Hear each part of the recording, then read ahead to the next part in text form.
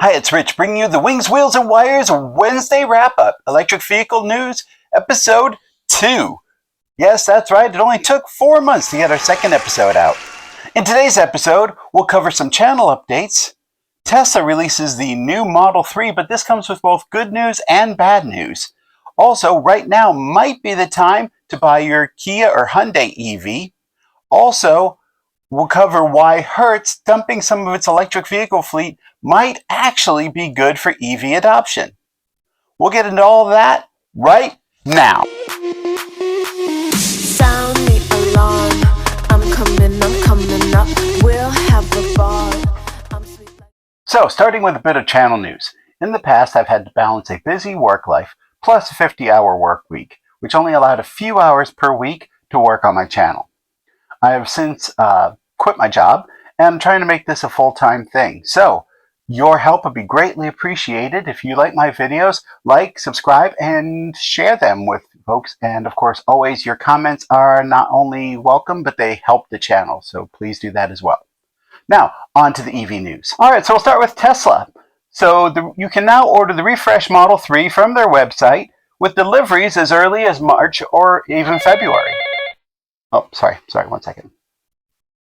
Yeah? Yeah, okay. All right, with deliveries as early as April or May. Check out my video up here for more information about the refreshed Tesla on their website. It is a really nice upgrade, but it does have a downside. You see, they're no longer eligible for the $7,500 tax credit. I have heard some outlets report that you'll still be able to get half the rebate for it, the $3,750. However, when I go to the IRS website at fueleconomy.gov, it actually doesn't have the standard range or long range Model 3s getting any rebate whatsoever. Have you gone to the website to see the new Model 3 yet? Let me know what you think of it. Do you like it? Is it not worth it? Is it worth it? Let me know below. Personally, I prefer the new front bumper and I love the 340-mile range.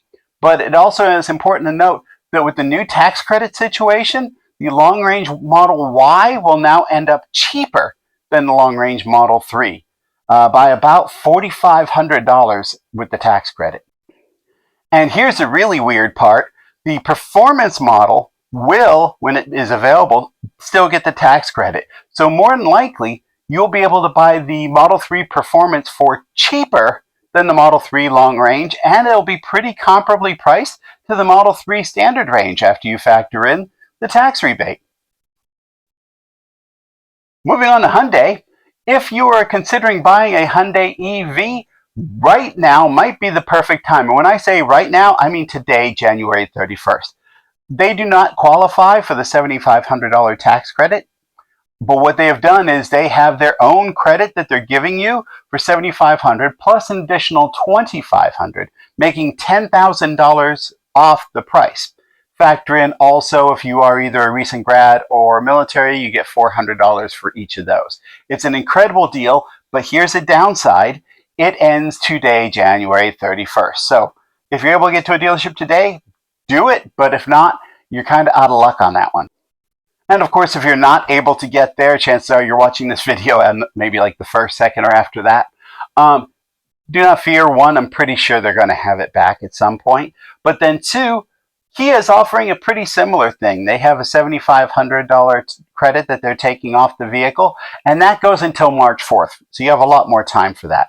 The problem with them is they're a lot more selective on how much of a credit you get.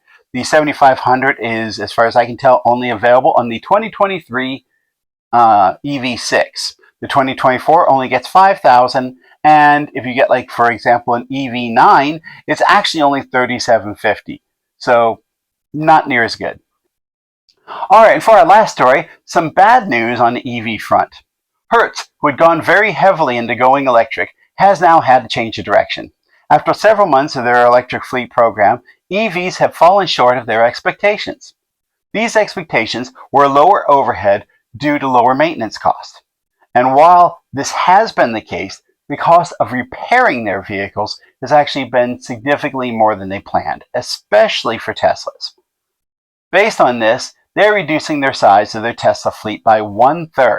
But this does come with some good news. If you're looking to get a used Tesla, this could be a great buying option for you. If you go to www.hertzcarsales.com, you can find some great deals. I found this 2022 standard range for $24,195.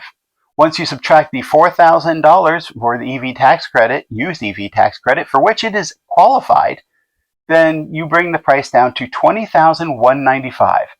It's worth mentioning this car does have 74,368 miles on the odometer, but for $600 more, you can get this one with 69,821 miles on it. These are rental vehicles and some have been used for rideshare vehicles, so they have probably not been treated very well, and they do have a lot of miles on them. If you can overlook that, though, you can get a 2-year-old Tesla Model 3 for less than a new Honda Civic or Toyota Corolla.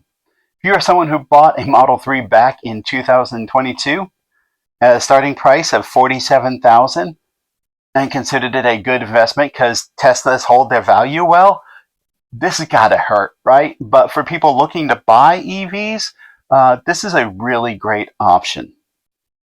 That's it for the EV portion of this episode. Now going into a little bit more detail about the channel. I have a plan to do these weekly updates every Wednesday, along with 1 to 2 other videos per week. This will include a series of videos about the truth and myths of EV ownership. What would you like to see on the channel? I'm open to y'all's input, and I'll love to put some more stuff out there. So let me know what you want. Hit me up in the comment section below. And again, we really appreciate your support in helping this channel grow so I can bring you all a lot more content. Have a great day.